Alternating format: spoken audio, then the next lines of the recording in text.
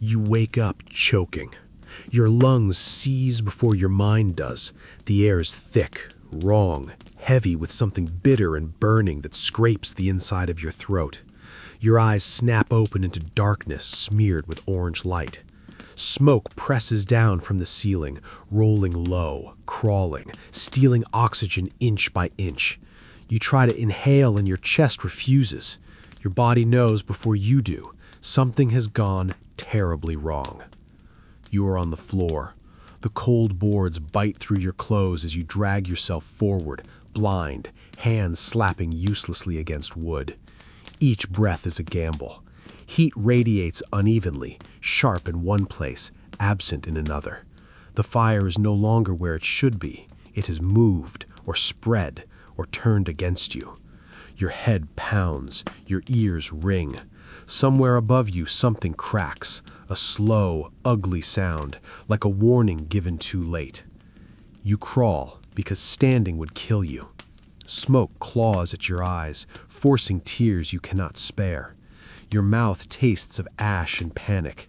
You are not thinking about comfort or history or how people once lived. You are thinking only of air, of survival, of the fact that warmth, the thing you depended on, has become the thing that might end you. Then the moment stretches, loosens, and begins to drift backward. Before this becomes unbearable, before the cold returns to reclaim the house, you are invited, quietly, carefully, into this simulation. You are stepping into a world where heat must be earned, guarded, and paid for with exhaustion and risk. If you want to survive history, if you want to walk these moments slowly and come out breathing, you are welcome to subscribe and stay. Now settle your body, let your breathing slow. The danger will return soon enough. You begin again. You wake earlier than you want to, not because you are rested, but because the cold has found you. It has crept through the walls overnight, slipped under the door, crawled across the floor and climbed into your bones. Your blanket is thin. Your mattress is little more than a sack of stuffing. The room smells of yesterday's smoke, old ash, damp wood, and your own unwashed body. Nothing here is sealed. Nothing here is safe from winter. You sit up slowly because moving too fast wastes heat. The room's dim, lit only by the weak gray of morning pushing through frost-clouded glass. Your breath is visible. Each exhale leaves you lighter, emptier.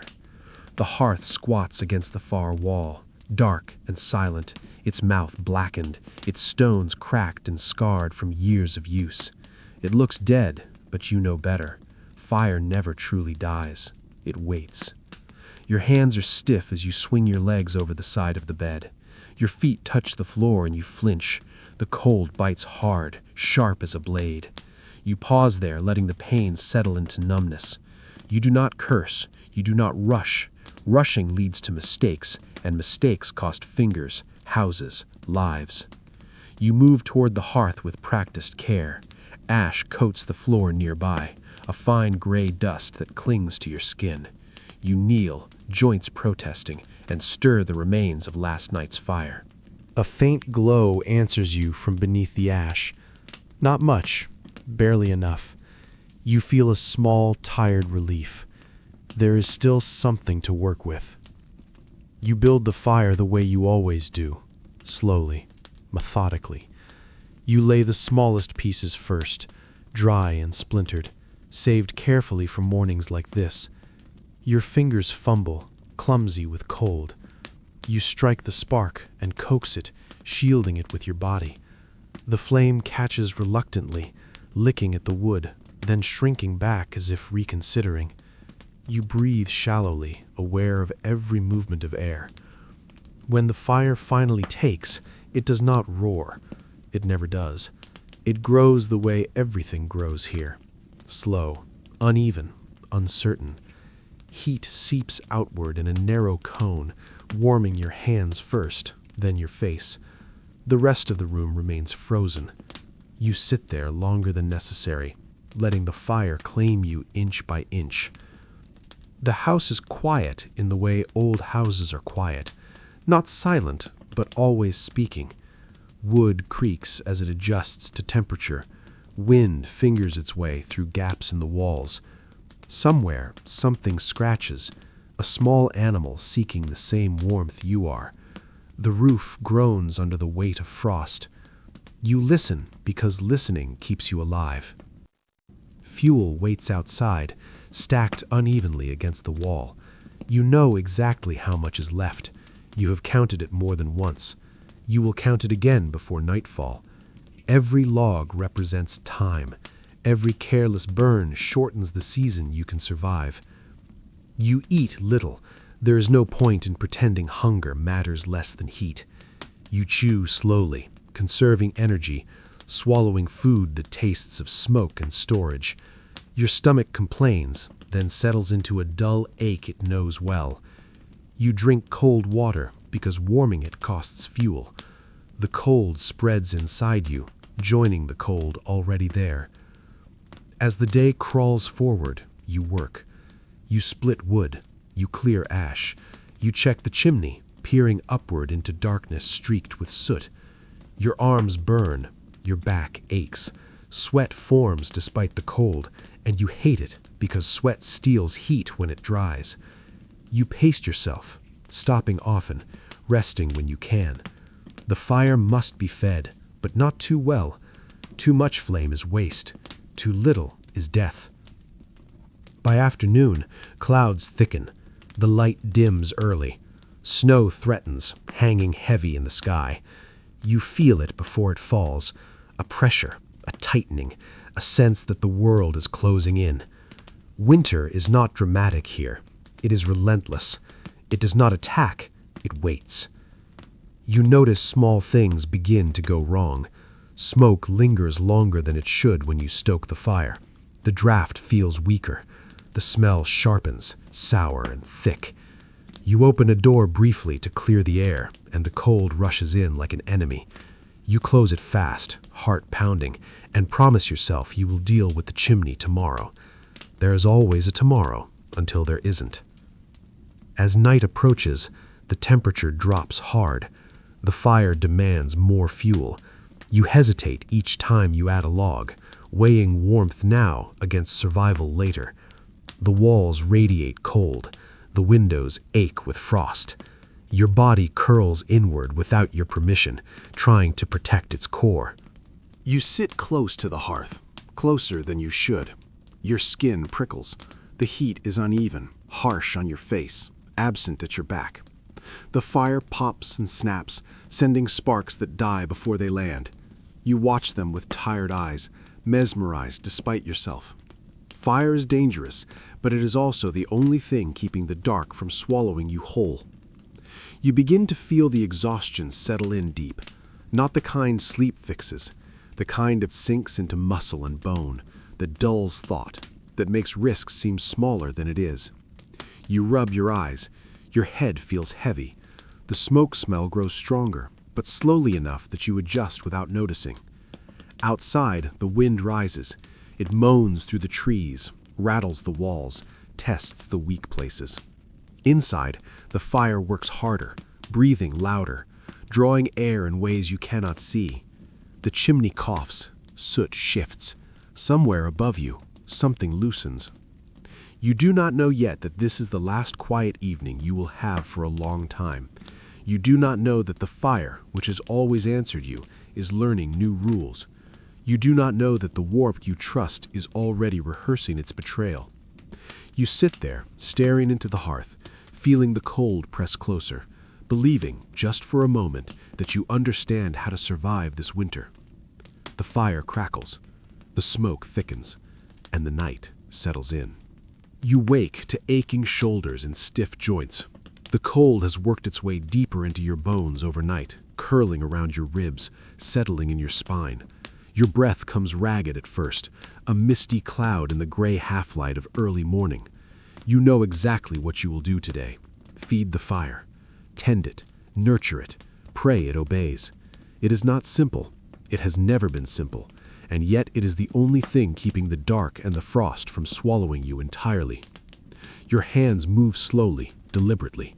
Fingers pinch wood, feeling for dryness, for cracks that signal life within the brittle shells. Ash shifts beneath your palms, light and fine, clinging to skin, coating your nails. You cannot shake it off, and you do not try. It is part of this world, part of surviving it. Each ember is a reminder that warmth is a gift that can vanish in moments, and every misstep carries weight you can feel in your chest. The morning light is weak, wan and gray, filtered through frost that has spread across the windows like a slow frost bloom. You rub it with your sleeve, peering out. The yard is white, silent except for the whisper of wind against the walls. Trees stand skeletal, and snow clings to their branches. You do not hear birds, not today. Birds are cautious of this cold, as you must be. You move to the woodpile. Your boots crunch in the thin crust of frost that coats the earth, brittle and unyielding. Each log you lift is heavier than yesterday, soaked through with cold and ice, but dry enough inside to burn if you coax it carefully. You arrange them by size, fingers raw and red, knuckles white. You know this ritual by heart, yet the familiarity does not comfort. It is work, pure and brutal, and it will go on as long as you are able to stand. Inside, the fire is a small mouth of glow, timid and unreliable. You kneel in front of it, knees pressing cold into the boards. Your hands hover over the warmth, willing it to grow, to spread, to push back the chill that has begun to creep along your spine again. Sparks hiss and pop. Smoke curls into the air in lazy, choking tendrils. You cough once, twice. It is not enough to stop. You cannot stop. The fire is stubborn, demanding. You are stubborn too, because surrender is not allowed. You feed it slowly, laying kindling first, then thicker branches, gauging how much it will take before it dies back again. Your back arches in protest, muscles screaming, but you do not notice it first. Pain is a companion here, constant and familiar. You bend, shift, adjust, shielding the flame from drafts that seep under doors and through cracks in the walls. Every movement is a negotiation between you and the fire, a silent contract. Fail, and the cold will claim you. Smoke begins to rise unevenly, curling along the ceiling, pooling in corners. The chimney groans, a deep, low sound that vibrates through your chest. You pause to listen, to measure its mood, your own heartbeat loud in the quiet of the room. Something about it feels off, though you cannot name it yet. It is a subtle thing, a shiver along your spine, a hair standing on end. You ignore it for now, because everything can wait except the immediate warmth. Your stomach rumbles. You eat sparingly, not for lack of food, but because energy is precious. Fuel must be rationed, and every morsel is a choice. You chew slowly, tasting ash and smoke with every bite. You do not close your eyes. You cannot afford that. Every sense must be alert. Every movement must be considered. Even warmth is fickle here, and you have learned that lesson in the slow, painful hours of the night. The day moves on with cruel slowness.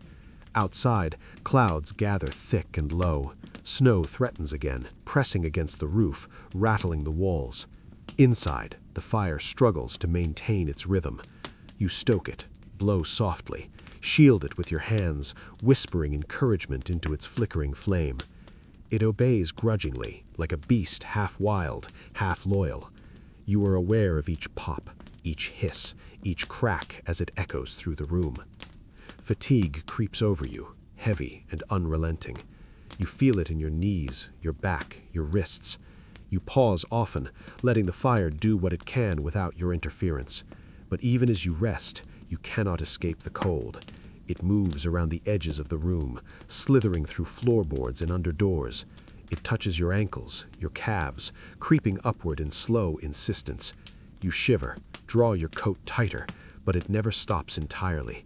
You have learned that fighting it is pointless. Survival is about compromise. As the afternoon stretches, the fire becomes your universe. You sit close to it, absorbing the uneven heat, letting it touch your face, your hands, the backs of your knees. You do not dare to turn your back. A moment of inattention can cost hours of warmth or more. You are always conscious of the air around it, the drafts, the cracks, the stubborn leak under the door. Every breath is measured. Every shift in posture is deliberate. You are nothing without this fire. Your mind wanders despite your vigilance. You think of the past winters, of how small conveniences were denied here, how every season was a battle. You remember the long nights spent waiting, coaxing, praying. And yet these memories are half dream, half fear, because survival is always present, always immediate. You cannot dwell on what you have endured or what may come. Only the fire, the cold, and your own body exist in the moment. The light changes. Shadows stretch across the walls, shifting as the fire flickers. You notice every detail, the peeling paint, the warped floorboards, the crack in the mantel where embers sometimes escape. Each detail is a map of danger, a record of decay. You trace them with your eyes, assessing, anticipating. Mistakes here are costly. One spark on dry wood, one careless shift can undo everything. Hours pass in this rhythm. Chop, stoke, feed, measure, wait.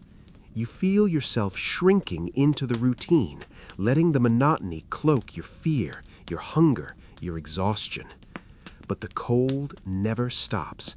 It presses, patient and inexorable, reminding you with each gust through the walls that you are never entirely safe, never entirely warm.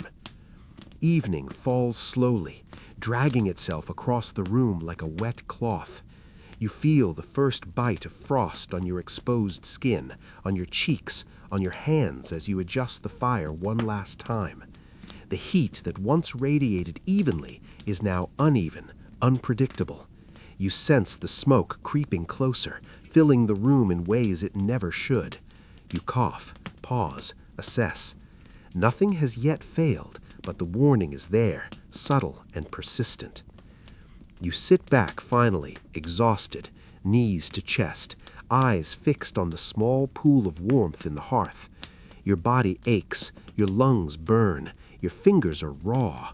Yet you remain, because to leave is unthinkable. The fire is both life and danger, companion and adversary. It listens only to those who understand it, those who are patient, relentless, and careful. You have learned, slowly, painfully, how to obey it. Outside, the wind rises, rattling the thin panes of glass. The house groans under frost and ice. Somewhere far off, snow falls silently, thick and heavy. You are aware of every sound, every subtle shift of air, every whisper of movement against the walls. You are alive, yes, but barely, suspended between warmth and the vast, indifferent cold that surrounds you. And yet, even here, you feel a faint flicker of understanding. This is not mere survival. This is learning, observing, enduring. Each crack in the wood, each hiss of smoke, each cold gust through the cracks teaches you something vital. The world will not yield. You must earn it each day with vigilance, with care, with an endless awareness of danger that never leaves your side. You settle closer to the hearth, letting the warmth touch your face, feeling it for as long as it lasts. The rest of the room is cold. Your body stiffens, tightens against the draft. You close your eyes briefly, not for sleep, but to remember the heat, to memorize it, so that when the fire falters tomorrow, you will know exactly what to coax it back into life. And somewhere deep in the house, the floor creaks, the chimney shifts, the smoke lingers just a moment too long. You notice it, because you must notice. You are aware. You are alive. You are waiting. The winter has only just begun. You wake before dawn, as you have every day this week, to the faint scrape of ice against the windows. The cold has grown sharper, more insistent, creeping further into the walls, under the floorboards, into the very fibers of your clothing. Your body stiffens as soon as you sit up, and your lungs take a moment to remember that they can still pull air. The fire from last night is reduced to embers, weak and wary, struggling to claim even a small corner of warmth. You reach toward it automatically, hands trembling, fingers scraping against blackened stones. The house feels smaller than it did yesterday, tighter. Shadows linger longer, stretching along the walls and ceilings, curling like smoke even where there is none. You notice every sound now, the groan of timber, the scrape of frost under the roof, the hollow whistle of wind through cracks. It presses against you, patient and relentless. You know the winter does not move quickly. It does not need to. Its approach is inevitable, slow and suffocating. You rise, joints protesting, and shuffle toward the woodpile. Outside, the snow lies thick and crisp, each flake sharp with cold, each step threatening to snap the brittle layer beneath your boots. You feel it in your fingers immediately, the cold biting through gloves, stealing heat faster than you can feed it with movement. Every log you lift is heavier than it should be, frozen in the marrow, demanding more from your arms and back than yesterday's body can give. And still, you carry it in, stacking it with care, knowing that each piece of wood may mean the difference between warmth and an empty, frozen room tonight. Inside, the hearth is hesitant. You feed it, small twigs first, coaxing, shielding with your body. The flame responds reluctantly, like a living thing that knows it is not safe. Smoke curls unevenly, drifting lazily at first, then clinging to the ceiling. You cough, lean closer, shield your eyes. Something about it is wrong. The chimney draws slower, heavier, as if some unseen force resists the air that should rise freely. You glance upward and see faint streaks of soot clinging to bricks, an early warning that trouble is coming. You eat little. You do not want to expend energy, yet every movement, every breath is a drain. Your stomach aches with emptiness, a dull, persistent reminder that survival is not comfortable, not kind. You sip cold water, tasting frost and metal from the container, and return to your work. Splitting wood, arranging kindling, adjusting the hearth, rituals repeated countless times, each motion precise, deliberate, but heavier now, slower. Fatigue has set in deeper. The cold has claimed more of you than you realize. Outside, the wind rises, scraping against the walls like nails on wood. The windows rattle. Frost creeps down from the corners in jagged lines, reaching toward the floorboards. You do not panic. You cannot. You are aware that panic is a luxury. Awareness, careful attention, and endurance are the only tools you have. And yet, as you watch the frost grow, a subtle dread coils inside your chest. The winter is no longer distant. It is here. It is inside. It is waiting. The fire flickers, giving uneven light, and you notice small things that signal danger. Smoke does not always rise. It lingers in pockets, curling and heavy. The warmth does not reach as far as it should. Your fingers feel it first, then your toes, then your back. You sit closer, almost on the hearth, willing your body to absorb heat like a sponge. Every ember, every spark is precious. You know the fire is patient, but it will not wait forever. Hours pass in slow cycles. You feed the fire, step outside to check fuel, return, adjust embers, and repeat. The monotony is brutal, yet it is also life-sustaining. You begin to notice the world more sharply, the subtle tilt of a floorboard, the crack in the chimney brick, the faint whistle of wind through unseen gaps. Each detail carries weight. Each failure carries consequences you cannot afford. By afternoon, the temperature drops further. The house contracts around you, pressing with walls that are cold to the touch, floors that steal heat from your feet, air that scratches at your lungs. You add more wood to the fire, each log a calculated risk. Too many and the smoke chokes you. Too few and the cold steals the room. You feel sweat bead at your temples despite the freezing air, sticky and uncomfortable, only to freeze almost immediately as it cools. Your skin prickles, your fingers stiffen, you feel the fatigue coiling like a predator in your muscles. Your mind drifts despite vigilance. You think of past winters, of those who came before, who struggled against cold with hands blistered, lungs burning, bodies trembling. You imagine their houses, their fires, their slow hours of endurance. You feel kinship, but also isolation. This house, this fire, this cold, these are yours, and yet they are never fully under your control. The light outside fades faster than you expect. Clouds gather, thick and gray, pressing low over the trees. Snow begins again, dusting the yard with the first serious accumulation. You hear it before you see it, the soft whisper of frozen flakes against timber and ice, a subtle but persistent threat. The fire demands more fuel now, stronger and steadier.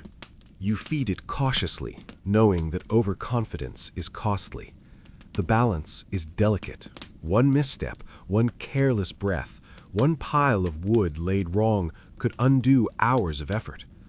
By evening, you notice the first real signs of failure. Smoke, pockets in corners. The draft is weak in places. The fire groans when it catches like a living thing in pain. You sit forward, elbows on knees, breathing shallow, eyes tracing every flicker, every spark. You realize that the warmth you depend on is already wavering, unpredictable. And deep inside, the first real seeds of fear take root. Not panic, not yet, but recognition. You are vulnerable. You have always been vulnerable. You sit there for hours, close to the hearth, tracing the line where heat ends and cold begins. You feel the chill creep up your back, your neck, into your chest. You rub your arms, knees, hands, trying to preserve what little warmth you have left. Outside, the snow continues, relentless and patient. The house shifts, groans and creaks, as if testing your resolve. You do not move. You cannot. To act without thought now could cost more than warmth. It could cost life. Night falls finally, a slow, heavy curtain. The fire burns lower, embers glowing faintly like distant stars. You sit closer still, knees drawn, body curled, face inches from the heat. Every breath is measured, every movement is calculated. You are learning the rhythm of survival, of fire and cold, of patience and fear. And still the world outside presses in. It will not stop. It does not care. In the deepest dark, you notice a subtle change. The smoke is thicker, heavier. The air is harder to draw into your lungs. Something in the chimney has shifted. You feel it before you see it, a whisper of danger that curls through your senses. Your body tenses, your mind alerts. The cold waits at the edges of the room, patient. The fire is no longer merely warmth. It is fragile, finite, unpredictable. You remain there, close to the hearth, until your eyes ache, until your muscles burn, until every part of you remembers the cold and the fire together. And as you close your eyes briefly, not for sleep, but to preserve energy, you know this: the winter is tightening its grip. You have survived so far, yes, but the first cracks in your sanctuary are already forming. The world outside is patient, relentless, and indifferent. And inside, the fire is learning new rules, ones you have not yet mastered. The cold waits, the fire hesitates, and you are alone in the small space between them. You wake to the taste of smoke in your mouth before anything else. It is sharp, acrid, bitter, sticking to your tongue and teeth. Your lungs ache immediately as you inhale, and your chest tightens. The fire you relied on, the small, stubborn heart of your home, is no longer behaving. It flickers weakly, coughing up more smoke than warmth, its embers gray and lifeless in places. You do not panic yet, but every nerve in your body hums with warning. You are on the floor, hands pressed against cold boards, trying to discern what has gone wrong. Smoke swirls in low clouds, thick enough that your eyes water, your vision blurs. You can barely see the hearth clearly, but you know enough. You know the fire has begun to die in ways you cannot easily revive. You move closer, kneeling, but even that small motion feels heavy, exhausting. Each breath carries the sharp bite of ash and heat, but little comfort. The chimney groans, deep and hollow, and you sense it is blocked somewhere above. Smoke curls back into the room instead of rising, pooling in corners, pressing against you. You cough violently, covering your mouth with your sleeve, but it does little good. Your throat burns, your eyes sting, and your chest tightens with each shallow, laborious breath. You know you must act, and yet the air is already so thin, so heavy, that every movement becomes perilous. You feed the fire as best you can, smaller twigs first, coaxing sparks to life, then thicker pieces, but nothing takes. The wood is damp, cold, hesitant to ignite. The fire shrinks, folds into itself, defiant, almost mocking. You feel your hands blister slightly where heat manages to cling briefly before retreating. You swallow back panic, but your stomach churns in protest. Hunger has been gnawing for hours, and now exhaustion presses in from all sides. The smoke thickens. It crawls along the ceiling in rolling waves, a living presence that smells of failure. You cough again, your lungs burning, and you realize that staying close to the hearth, the one source of warmth, is also part of the danger. Each ember, each spark now threatens to ignite something you cannot control. The walls, the floor, the fragile piles of wood. One misstep could end it all. Outside, the wind howls with renewed insistence, rattling the windows, shaking the walls, pressing ice into every gap it finds. The temperature drops further, faster than you anticipated.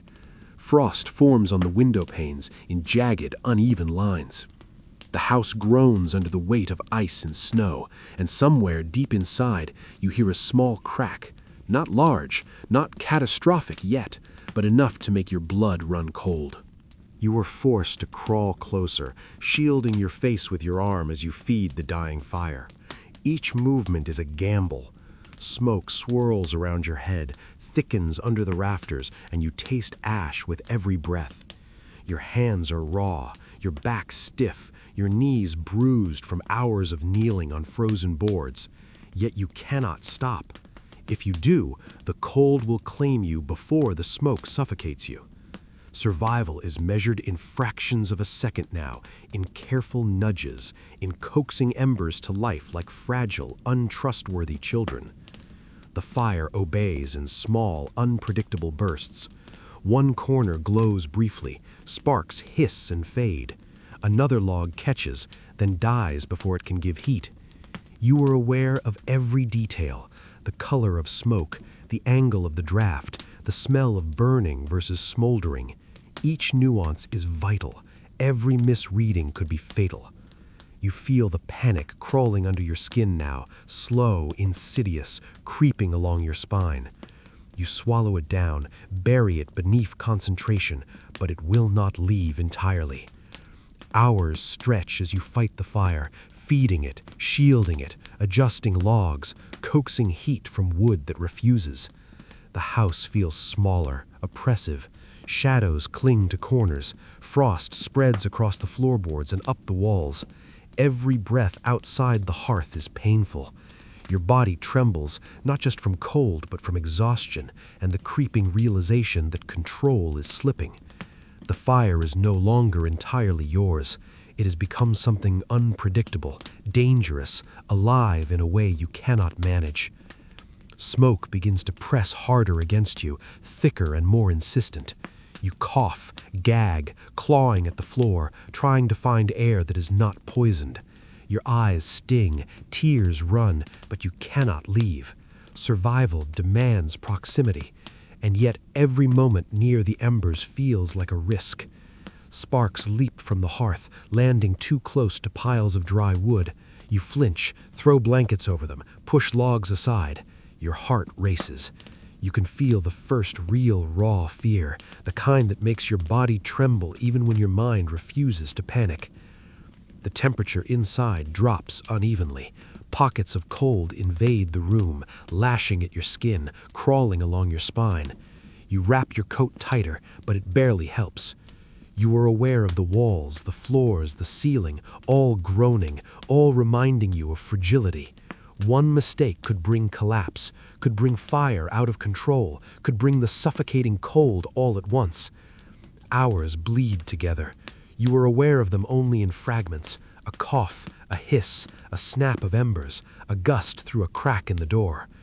You have become almost a part of the fire, almost a part of the smoke, moving with it, coaxing it, breathing it. You are exhausted beyond words, but cannot rest. You have no choice. The first true failure comes slowly. A log splits wrong, sending sparks into the ash pile. A small hiss, almost imperceptible, grows. Smoke thickens, curling at your face. Your heart pounds. You realize too late that some of the embers have escaped the hearth, and for the first time you feel a panic you cannot suppress. The fire is no longer just warmth, it is a threat.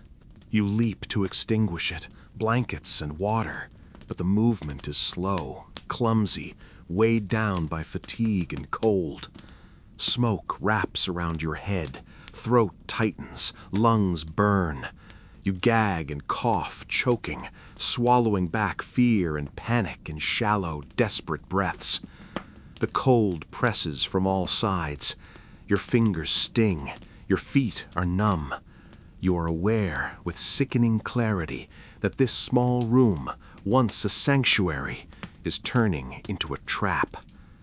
You sit back, shivering, heart pounding, barely able to breathe, forced to watch the fire retreat and flicker, untrustworthy and dangerous. It is the first time you realize that warmth is not a guarantee. Survival is not assured.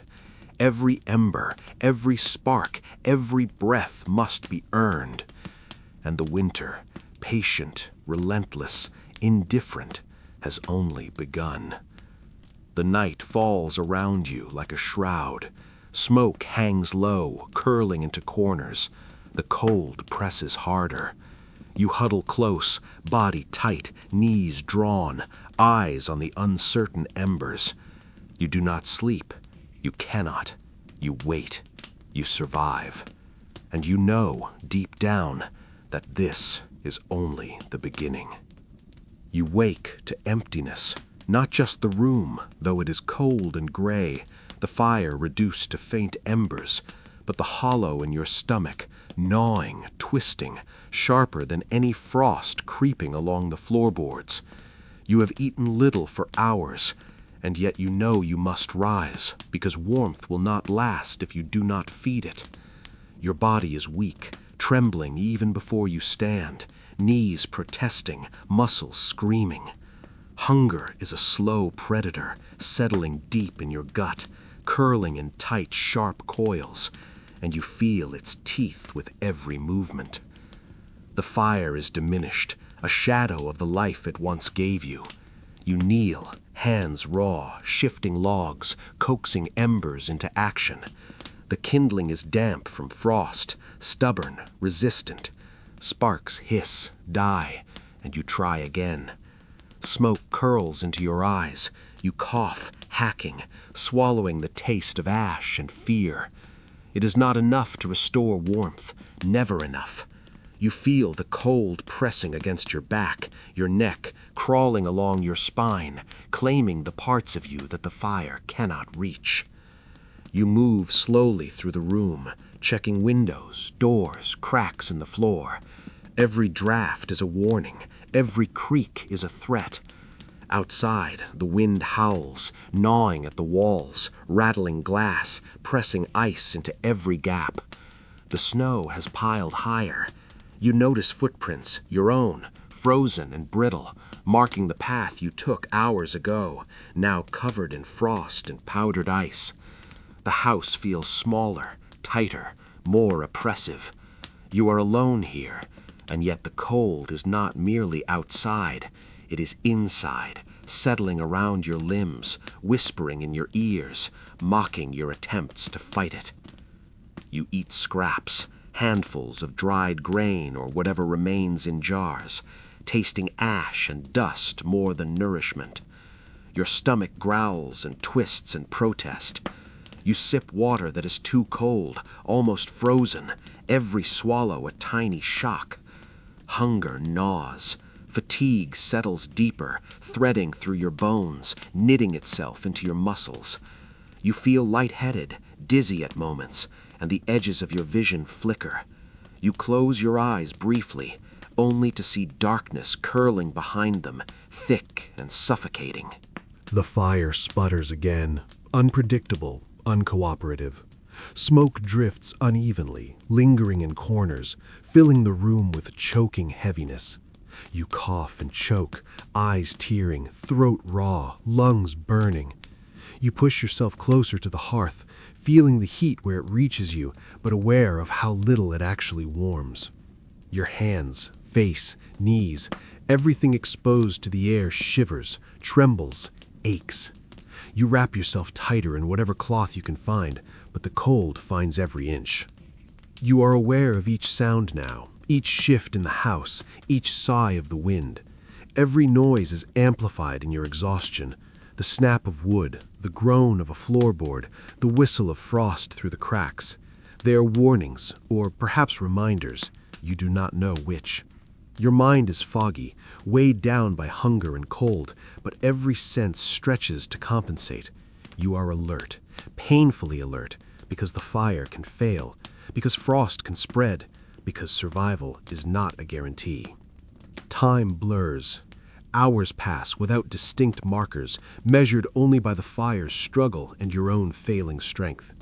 You find yourself dozing in fits, head nodding toward the hearth, only to be jolted awake by smoke curling in your face or the sudden bite of cold along your legs. Hunger keeps your stomach twisting, your mind sharp despite the exhaustion. You wonder how many nights you can survive like this, each one longer than the last, each one harder. Your vision begins to distort. The shadows in the corners of the room stretch unnaturally, shifting as if alive. Sparks from the hearth appear to dance in patterns you cannot comprehend, flickering and forming shapes that dissolve when you blink. You catch glimpses of movement in the firelight, shapes that vanish when you focus. Your mind begins to betray you. Hunger, cold, exhaustion, they conspire to make the familiar unfamiliar. You are not sure if what you see is real, or if the house itself has become a living thing, testing your nerves, measuring your fear. You stumble to the woodpile again. Each log is heavier than memory allows, soaked in frost, unyielding. Your fingers are stiff, numb in places, and the effort to lift them is excruciating. Sweat forms on your temples despite the cold, only to freeze instantly. You place each log carefully near the fire, each one a fragile promise of survival. You know you cannot afford mistakes, yet mistakes are easier to make now when your mind is fogged with fatigue and fear. By late afternoon, the cold has penetrated even your thickest layers. Your knees ache where they press against frozen boards. Your hands tingle, slowly going numb. Your back trembles with fatigue. Your lungs burn with every shallow breath. The fire is inconsistent, flickering, sputtering, threatening to fail entirely. You cannot leave it unattended, cannot risk even a moment of weakness. It is your only defense, and even that is faltering. Hunger gnaws relentlessly. You eat again, small handfuls of grain, pieces of whatever dried food remains. Each bite is hard to swallow, dry and tasteless, but it is all that stands between your body and collapse. You feel the hollowness in your stomach like a living thing, twisting and coiling, making every step, every movement, every breath a negotiation. You are aware of it constantly, every second, a reminder of your fragility. Darkness falls earlier than expected. Snow presses against the windows in thick drifts, muffling sound and light. The house seems smaller now, closer, oppressive. The fire struggles, sputtering in the hearth. Smoke pools near the ceiling, curling downward. You cough violently, choking, struggling for air that tastes bitter and sharp. You realize that survival has nothing to do with comfort and everything to do with endurance. Every breath, every movement, every heartbeat matters. Hours stretch long and heavy. You find yourself slipping into brief moments of hallucination. Shadows lengthen unnaturally, shapes move just at the edge of vision. Sparks from the fire seem to form faces, twisted and leering, then dissolve when you blink. Your mind, exhausted and underfed, struggles to distinguish the real from the imagined. Every noise, a crack of wood, a sigh in the wind feels amplified, threatening. Your body reacts before your mind can process it. You are tense, trembling, every nerve raw. By nightfall, exhaustion and hunger converge. Your movements are sluggish, deliberate, careful. Every step toward the fire is a calculated effort. Every inhale carries ash and smoke. Your teeth chatter, your muscles shake, and still you feed the hearth, coaxing the embers into life with hands too weak to be sure they will hold. You cannot rest, cannot close your eyes for more than a moment. Survival demands attention, vigilance, presence. The cold is patient. Hunger is relentless. Smoke presses down in waves. Your mind flits between awareness and hallucination, each moment stretching, long and thin, testing the boundaries of endurance. You huddle close to the fire, feeling warmth where you can, shivering everywhere else. You are aware of the thin line between life and failure, and the world presses against you from all sides, indifferent, unstoppable. And somewhere deep in your chest, the first true terror settles, a knowledge that the winter will not yield, that the fire cannot protect you indefinitely, that hunger and cold will not wait for mistakes. You are alone, exhausted, vulnerable. And yet, somehow, you continue, because surrender is not an option. You wake, gasping. The air is thick, bitter, almost wet with smoke. It clings to your throat, to your lungs, to every breath you try to draw. Your chest aches with the effort of inhaling, but you cannot stop. Every second without air feels like a small failure, a concession to the cold, to the fire, to the house itself.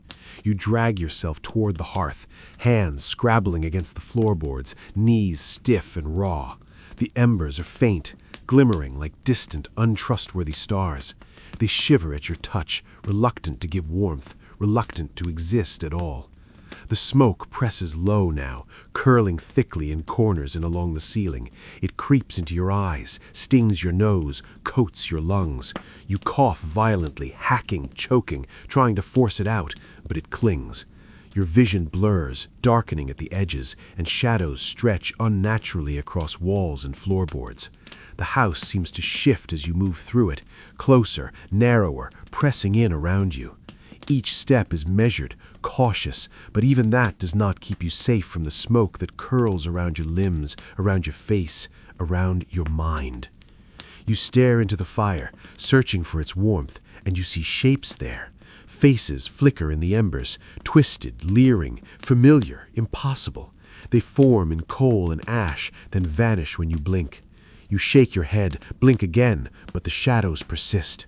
You realize slowly that the exhaustion, the cold, and the hunger are turning the familiar into something alien. Every creak of timber, every pop of embers, every whistle of wind through cracks becomes exaggerated, threatening, alive. You cannot trust your senses anymore. Your stomach aches, twisting in sharp knots. Hunger gnaws relentlessly at your insides, making every movement heavier, every breath more labored. You reach for a handful of dry food, crumbs of bread, bits of grain, but it tastes like ash and dust. Each swallow is difficult. Each bite feels inadequate, insufficient, a poor shield against the emptiness inside. You eat only to quiet the gnawing, knowing that it will return with vengeance. Your body trembles from both cold and starvation. The fire sputters. Smoke curls higher now, pooling around your shoulders, sliding down your back. You cough, hacking, clawing at the floor to steady yourself, to find air that is cleaner, easier to draw. The fire fights back, sparks leaping unpredictably, small bursts of heat that burn your fingers, your face, forcing you to recoil. One careless motion and something could ignite, ashes, wood, blankets, but you are too weak to control it perfectly. You are aware, deep down, that survival is no longer guaranteed. The hallucinations grow stronger. Shapes in the corners of the room move as if alive, stretching, twisting, forming and dissolving in rhythm with the flickering flame. Faces peer at you from the walls, fleeting, impossible. Shadows crawl along the floorboards, following your every step, merging with the smoke in ways that feel deliberate, malevolent.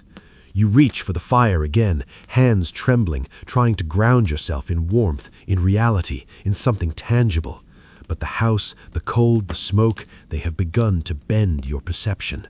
You stumble toward the door, briefly seeking fresh air, but even that is a gamble. Outside, the wind presses thick and hard, cutting through clothing, gnawing at exposed skin. Snow presses against the windows, scraping and rattling with a sound that sets your nerves on edge. You retreat to the hearth, curling close, letting what little warmth you can draw touch your face and hands. But it is never enough. It will never be enough.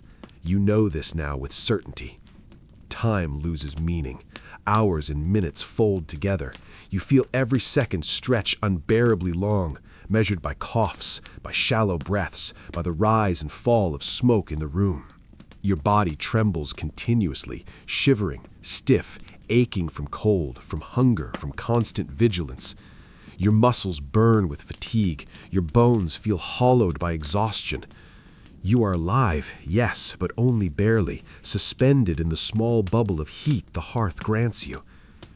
And then you notice movement where there should be none. Shadows at the edges of the room, flickers along walls, shapes in the firelight that are not yours. Your heart jumps, pounding in your chest, your head spinning. You blink, rub your eyes, and yet they remain. You are certain someone or something is watching. The smoke makes it impossible to tell if it is real or imagined, and in this moment the distinction feels irrelevant. Fear seeps into your bones as relentlessly as the cold. The fire sputters again, smaller now, almost defiant in its weakness. You feed it, coax it, whisper encouragement, but it obeys only in bursts. Smoke curls thicker, curling into your face, into your lungs, into your mind. You gag, you cough, you stumble back, gasping for air, for warmth, for certainty. Nothing here gives certainty anymore. The world has narrowed to ash, embers, smoke, and shadows. Your vision twists. Faces appear in the fire, on the walls, even in the ceiling above. They are not yours, yet familiar. They smile, leer, accuse, vanish. Your hands shake as you try to gather embers, to nurture the fire, to survive. Every breath is a battle. Every movement requires effort you are not sure your body can manage. Hunger and cold combine to sap your strength, leaving only vigilance and terror to carry you forward. The night presses in, heavier than ever. The fire flickers low, barely giving warmth, barely giving light. Smoke clings to your hair, your skin, your clothes. Your body shivers uncontrollably. The hallucinations persist, shapes twist in corners, faces appear and vanish. You clutch at the hearth, desperate for grounding, for certainty, for survival. Hours pass. You do not know if it is hours or minutes. You cannot measure time by the sun or moon, for snow and frost have obscured the world outside. You cannot measure by the fire, for it flickers inconsistently, stubborn, unpredictable, almost mocking. You can measure only by your breath, your pulse, your trembling body, and the gnawing, unrelenting hunger that claws at your stomach like teeth. By the late hours of night, you sit closer still, huddled near the hearth, eyes stinging, lungs raw, hands trembling. You are aware that the hallucinations will not stop. You are aware that the smoke will not lift. You are aware that hunger will not leave. and you are aware with a sharp, terrible clarity that this is what it means to be alone in winter, at the mercy of fire and frost, smoke and shadow, hunger and terror. You breathe shallowly, clinging to warmth, to life, to the fragile fire that gives you what little it can. You do not sleep. You cannot. The house, the cold, the smoke, the fire, they are relentless and they will not pause for you. And you know, deep down, that this is only the beginning. You wake again, though wake feels like a cruel lie. Your body is shredded by cold, hunger, and exhaustion, trembling in ways that have nothing to do with shivering. Every joint aches, every muscle protests, and yet your eyes open automatically, drawn to the weak, sputtering light of the hearth. The embers are smaller than before, frail and flickering, the glow uneven and unreliable. Smoke curls thickly, pressing low, clinging to your hair, to your skin, to the inside of your lungs. It is suffocating, choking, omnipresent.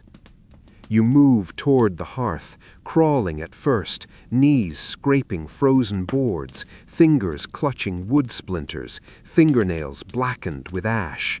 Every breath burns, every inhale carries bitter, choking smoke. You feel it deep in your chest, twisting, stabbing, a persistent reminder that survival is not granted, but earned with agony. Hunger gnaws from below, twisting in your gut, curling like teeth into your stomach. You have eaten what little remains, yet it is never enough.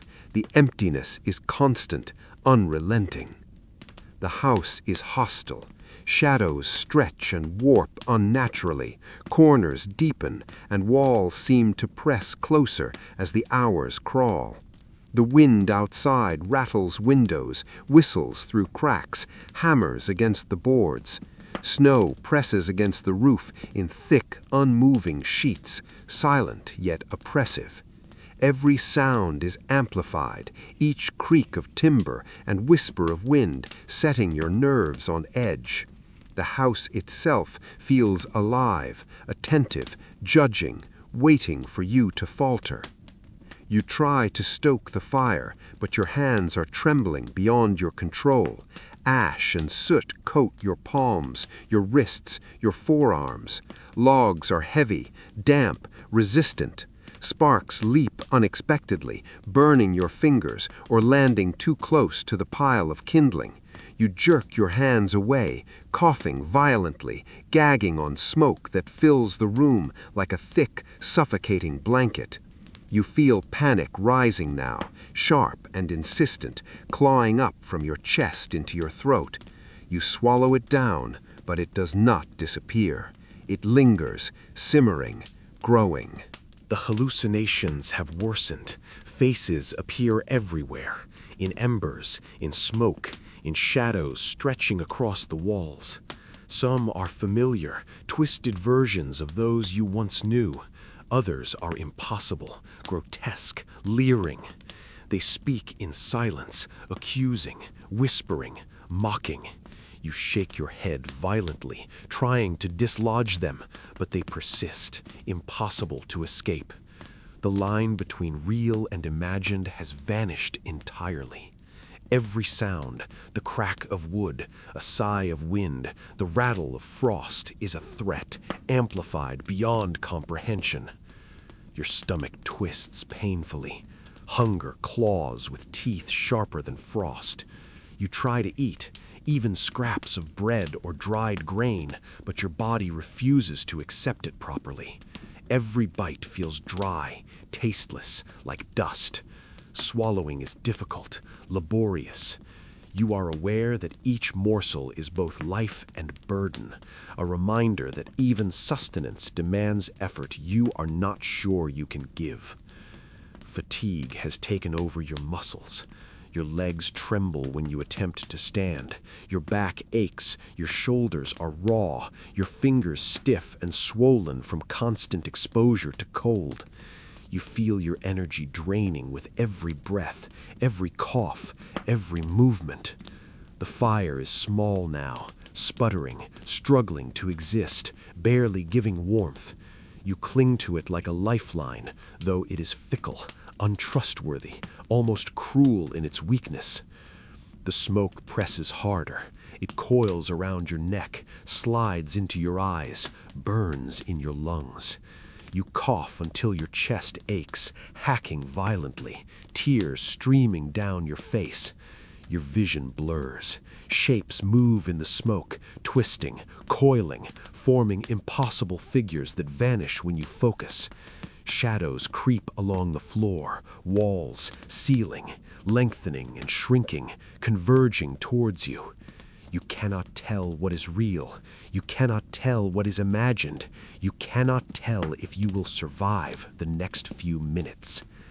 The cold is relentless.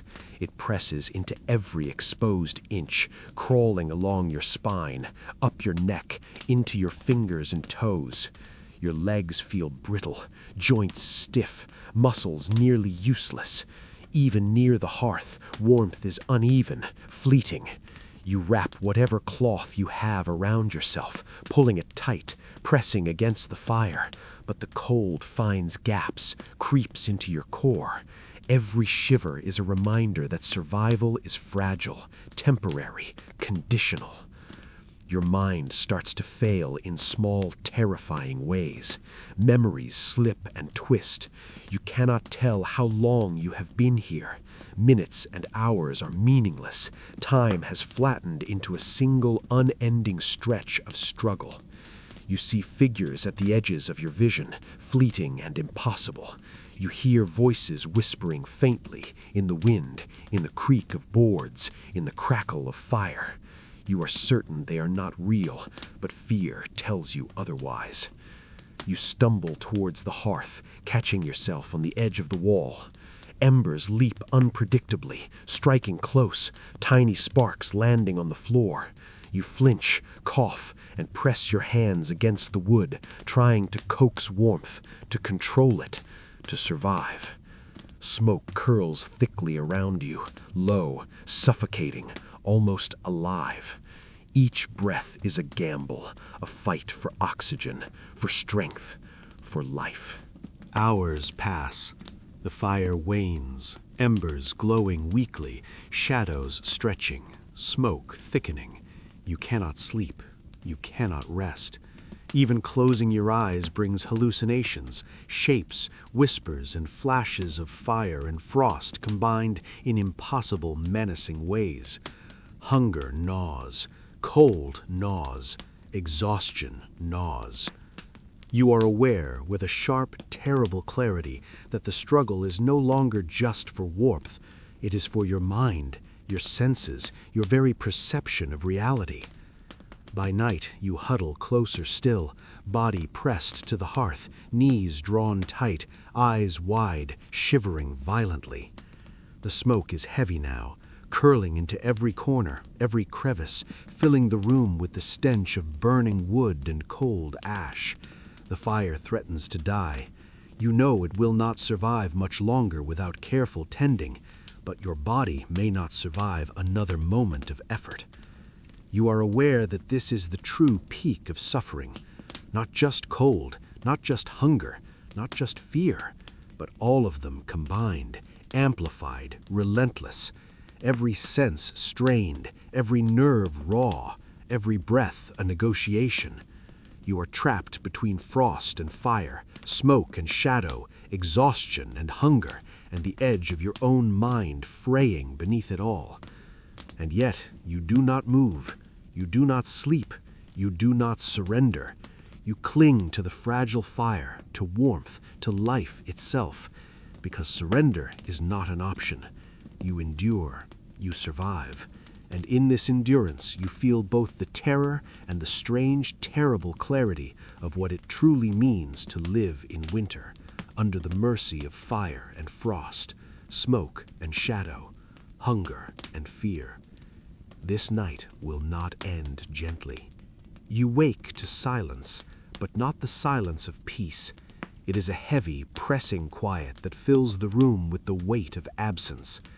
The fire is nearly gone, embers faint and reluctant, giving only the barest flicker of warmth. Smoke hangs thick, clinging to the ceiling, the walls, and your lungs, making each breath a deliberate, exhausting effort. Your chest aches from coughing, from inhaling soot and ash, from the sheer effort of staying alive. Hunger twists your stomach relentlessly, gnawing in spirals sharper than any frost, biting through the floorboards. You move slowly, painfully, each step measured, knees scraping frozen boards, fingers stiff and swollen. The cold presses deeper, creeping along your spine, into your shoulders, curling around your limbs like a living thing. Even near the hearth, warmth is fleeting, inconsistent, and almost cruel in its scarcity. You feel the fragility of survival keenly, every inch of your body a reminder that life is temporary, conditional, and easily stolen by frost, fire, or exhaustion. Outside, the wind howls, relentless, driving snow against the walls in thick sheets that shake windows and doors. The house groans under the weight of ice and snow, and somewhere deep in the floorboards, a creak sounds almost like a groan of warning. Every sound is amplified in the cold, every shift and snap a threat. You are hyper-aware, every nerve taut, eyes flicking constantly from ember to shadow, from floorboard to ceiling. Sleep is impossible. Rest is impossible. Survival is measured in seconds, and every second is heavy. And then you notice it. Not a shape, not a shadow, but the absence of warmth in places where it should be. Patches of frost have spread across the boards near the hearth, creeping toward the center of the room. Your skin prickles, hair stands on end, and a shiver rakes your spine. The fire you relied on, the fire that has kept you alive, is dying. You rush to feed it, weak hands fumbling with damp kindling, coaxing sparks that hesitate, that flare briefly and die. Your body trembles violently, teeth chattering, muscles quivering, and the cold presses harder with every failure of flame. You cough violently, gagging on smoke thick and choking. Your lungs burn, your eyes sting, your vision blurs. And then, faintly, in the shadows beyond the hearth, you see the first sign of true loss. Shapes lie motionless, bodies that were once companions or neighbors, or perhaps imagined as such in earlier nights of hallucination, curled, still, silent. You freeze, heart hammering, breath caught between hope and dread. Hunger, cold, exhaustion, they have claimed more than strength tonight. They have claimed life. You approach cautiously, every nerve screaming warning, every breath a battle. You recognize the signs: pallid skin, frost creeping along fingers and toes, eyes half closed in eternal fatigue. You know before touching them that nothing can revive what is gone. Your stomach twists with guilt, fear, and disbelief. The fire sputters again, sending sparks into the shadows, illuminating the harsh reality of mortality in this frozen, smoke-choked room. You turn back to the hearth, trembling, feeling the embers that remain as fragile as life itself. The fire struggles, weak, unpredictable, but still it gives warmth, however fleeting. You cling to it like a lifeline, coaxing it with hands raw from ash and smoke, heart pounding with the awareness that it may be the only thing keeping you alive through the night. The room feels smaller, oppressive, haunted not by ghosts, but by the cold and the absence of those you have lost. Hunger gnaws violently, relentless, sharper than frost biting into flesh. You eat what little remains, each bite dry, tasteless, inadequate, but necessary.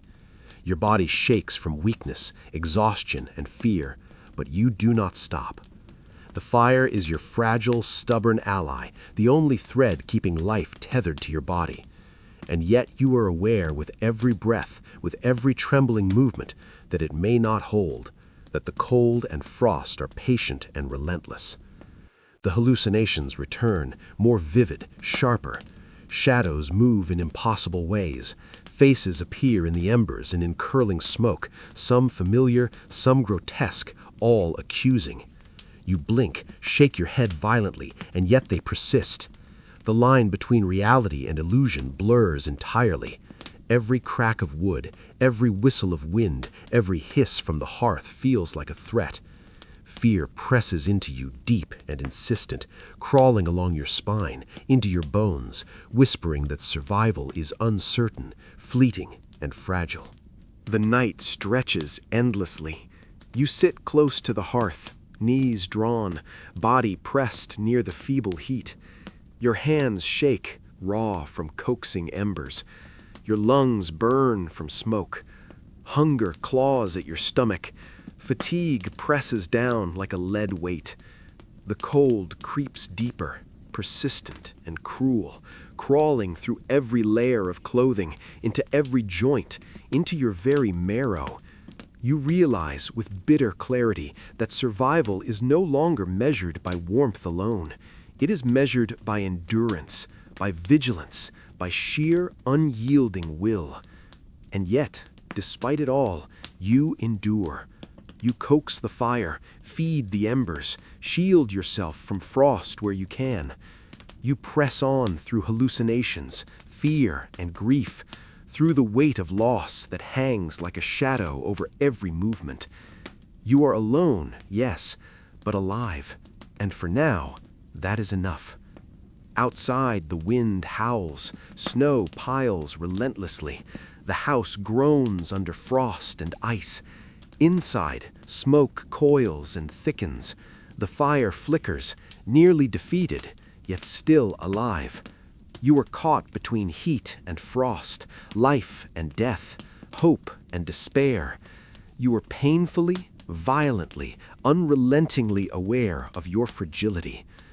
And you know with every fiber of your being that survival tonight will not be gentle.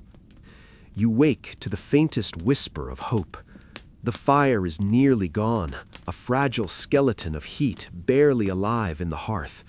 Smoke curls thickly, pressing against your chest, filling your lungs, and each breath is a labor, sharp and bitter. The cold is insistent, gnawing at every inch of exposed skin, threading into your bones, freezing your joints, your spine, your trembling fingers. Hunger has hollowed your stomach into a pit of gnawing pain, each movement weighted with weakness, exhaustion, and fear. You rise painfully, every joint stiff and protesting. Knees scrape frozen floorboards, fingers shake uncontrollably. The room feels impossibly small, oppressive, heavy with smoke and shadows. Your eyes sting, watering, but you cannot stop moving. Survival demands it. The embers demand it. The house itself, cracked, groaning, frozen, is pressing in, patient and indifferent. You are aware, deep in your chest, that this may be the night where inaction ends life, and desperate, reckless effort may be the only path forward. You move to the hearth with trembling hands, coaxing sparks from damp wood, trying to ignite a small flame that will not surrender. Embers hiss, spark, and die. Smoke curls thicker, pressing against your face. Your lungs burn, throat raw, every breath a fight. You force your body closer, shielding the fire, offering every ounce of energy to a flame that seems almost alive, defiant, and equally fragile. You realize that the fire is no longer simply warmth, it is survival itself, and it is teaching you, brutally, how fragile that survival truly is. You take stock of your surroundings. The house is battered, frost-covered, groaning under the weight of snow and ice. The woodpile is low, the fuel nearly exhausted. The cold presses against the walls, creeping into corners, freezing what little warmth remains.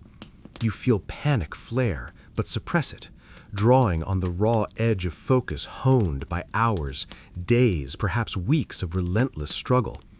You know that if you fail now, warmth will vanish entirely, and the cold will claim your body with merciless patience. Your hunger claws relentlessly, a twisting, gnawing beast inside your stomach. You take whatever scraps remain, crumbs of bread, handfuls of dried grain, but it is barely enough to give energy for action. Each bite is a reminder that you are fragile, that life is measured not in comfort, but in endurance, in tiny, desperate victories. The cold presses closer with every moment you pause, and you force yourself to move. There is no rest. There can be no rest. You glance toward the door. Beyond it lies the snow, the wind, the unyielding winter that has stalked you from the beginning. Stepping outside would be a gamble, almost certainly fatal without preparation. And yet staying inside without warmth is equally dangerous. You are trapped between extremes, and the choice is simple only in its immediacy: act or surrender. You take a deep, shuddering breath and move. The fire sputters as you carry logs closer, rearranging embers, coaxing sparks to life. Each motion is precise, careful, measured against exhaustion and weakness. Smoke curls into your lungs, but you do not pause. The cold bites, burns, presses against you. You are aware of every inch of your body, every shiver, every quiver of fingers, every tremble of knees. Survival has become a calculation of minute, desperate actions. And then, as if the universe responds to effort, the embers hold. Sparks ignite into flames. Heat spreads unevenly, but it is real, it is tangible, it is survival. You press closer, knees drawn, face near the fire, letting warmth reach where it can, coaxing it to life with hands raw and trembling. Smoke continues to fill the room, but now there is light, now there is heat, now there is a fragile, flickering thread of hope. Hours pass in careful, deliberate tending. You feed the fire, coaxing warmth back into corners, carefully redistributing logs, ensuring that smoke escapes.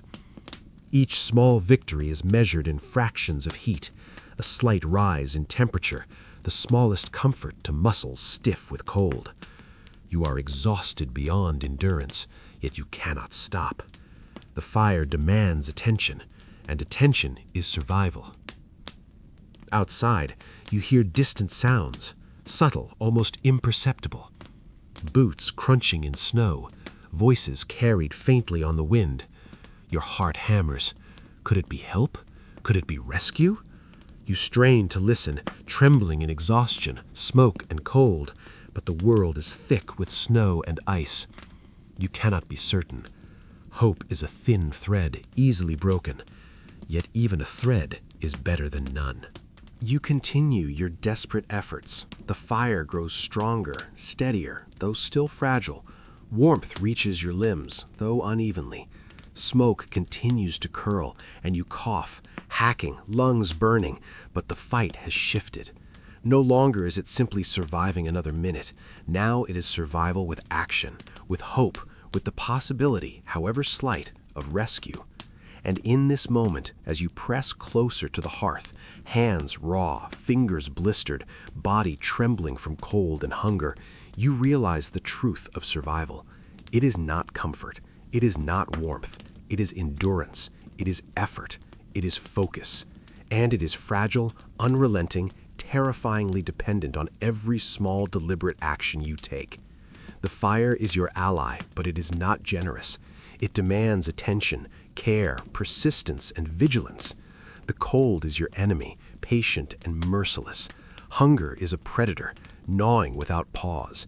And you, exhausted, raw, trembling, are both the observer and the participant in this battle for life.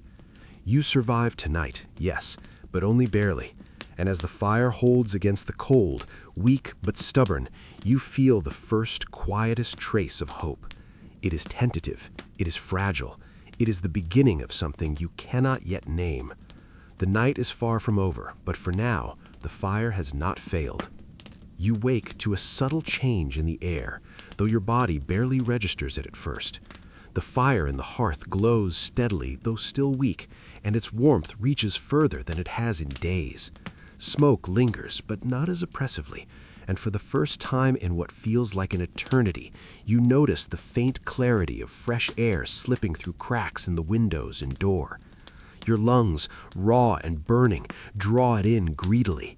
You feel almost dizzy with the sweetness of it, and a fragile hope creeps into the hollow spaces where fear and exhaustion have lived for so long. Outside, distant noises reach your ears, faint but distinct. Boots crunching through thick snow, the sound of voices calling, carried on the icy wind. At first you doubt yourself, wonder if exhaustion and hallucination have conjured them, like the shadows and faces that have haunted you for nights. But the sounds persist, deliberate, growing closer. Your heart hammers violently in your chest. You are unsure if it is hope or terror that drives the rhythm, but it is impossible to ignore. You rise slowly, every movement measured against weakness and cold. Muscles ache violently, joints protest, fingers tremble, but the sound of life outside, the possibility that you are not alone, drives you forward. You press closer to the hearth, warming your fingers just enough to steady them, and take careful steps toward the door. Every floorboard creaks beneath your weight, every breath is a struggle, and yet you cannot stop. You must reach the threshold of this fragile sanctuary to see if life exists beyond it. The wind presses against you as you push the door open, cold and sharp enough to cut through layers of clothing, to bite at every exposed inch of skin. Snow swirls thickly, blinding, swirling, shifting, but you can make out movement, figures moving toward you through the drifted landscape, bundled against the cold, purposeful, alive. Relief surges, tempered by disbelief. You want to run, to collapse, to fall into their presence and let them carry you away from frost, smoke, hunger, and fear. But your body barely obeys. You stumble, knees weak, muscles shaking violently, and brace against the doorframe. The figures reach you. Strong hands grip your arms, lifting, steadying, guiding. The cold presses in, sharp, relentless, but now you are supported. You feel warmth, not the fragile, capricious heat of a dying hearth, but the real human heat of others, alive, tangible. It grounds you, and for the first time the terror of isolation loosens its grip.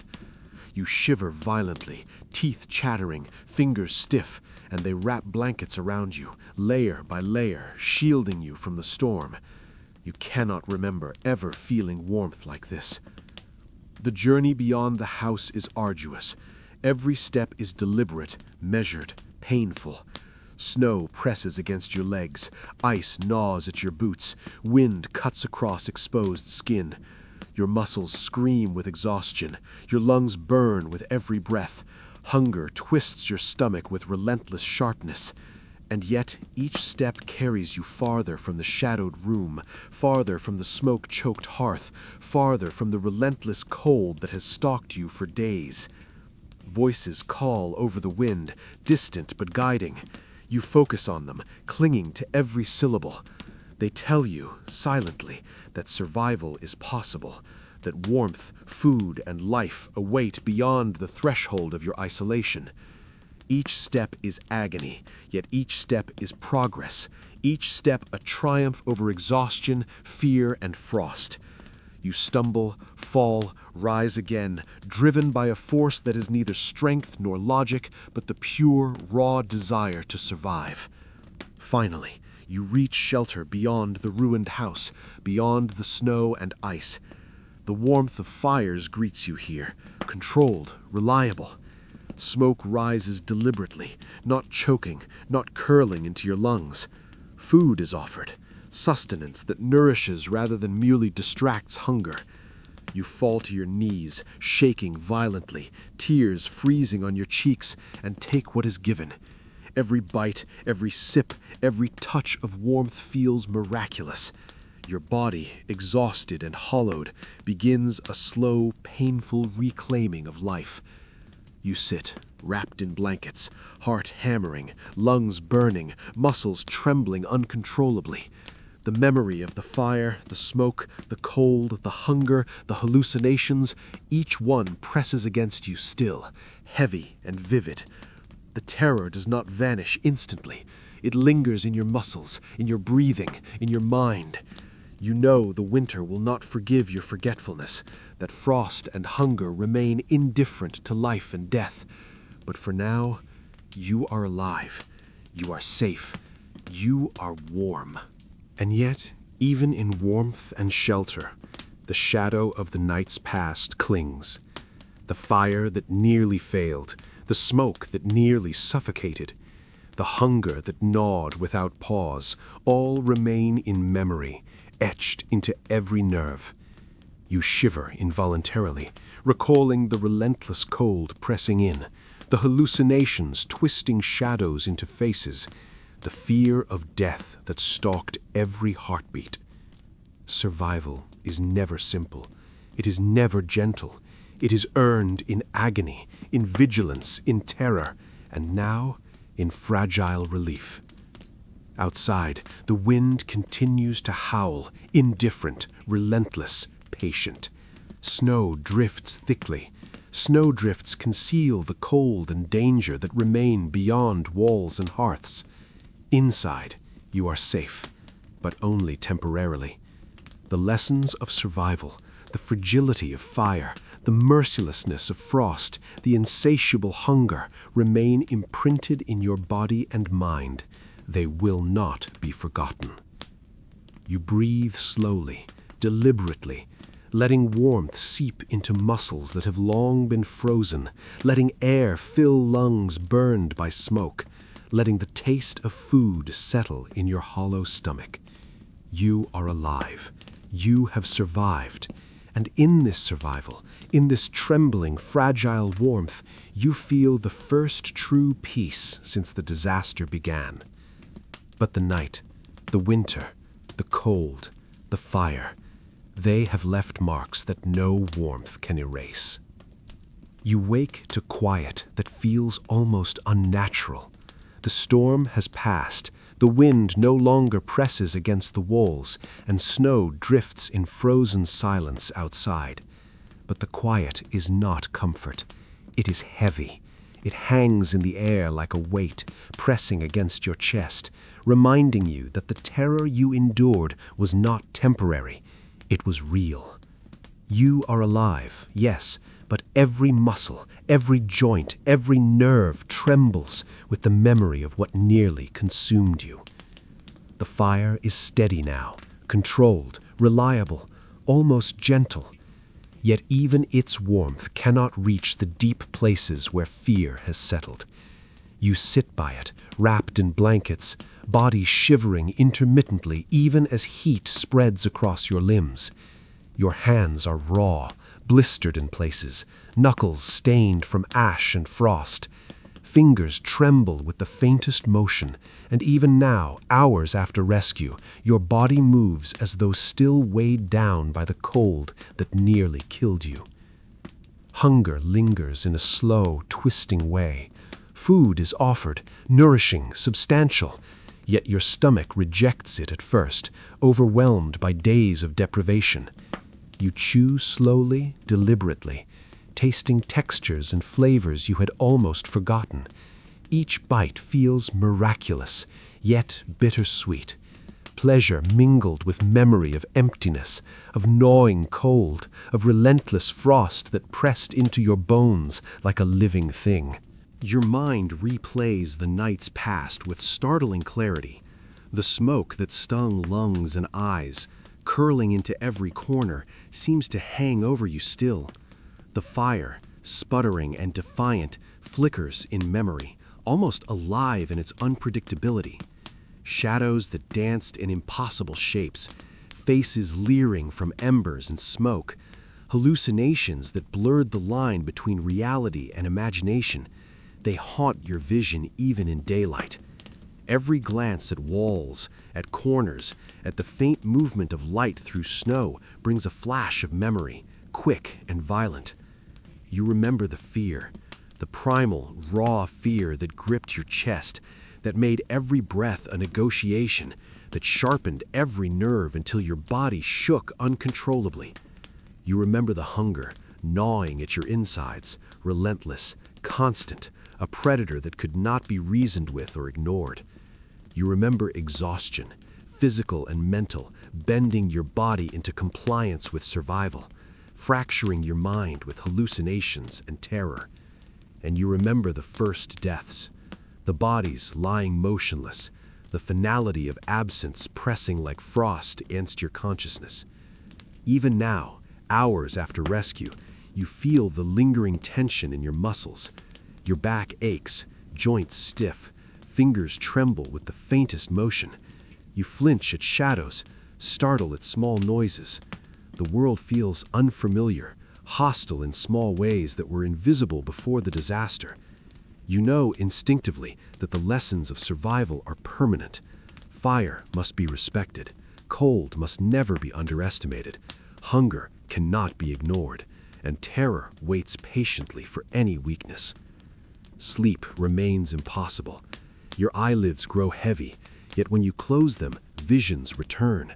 The smoke, the fire, the frost, the shadows, the faces.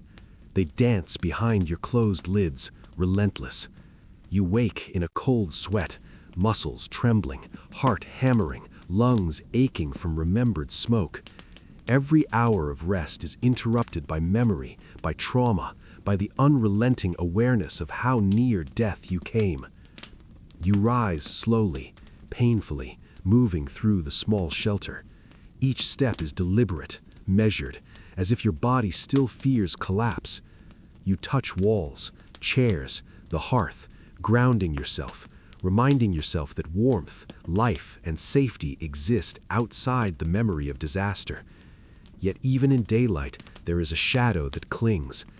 Every corner of the room, every patch of frost or soot, every curl of smoke from the controlled fire evokes the past. You realize that survival has not erased fear.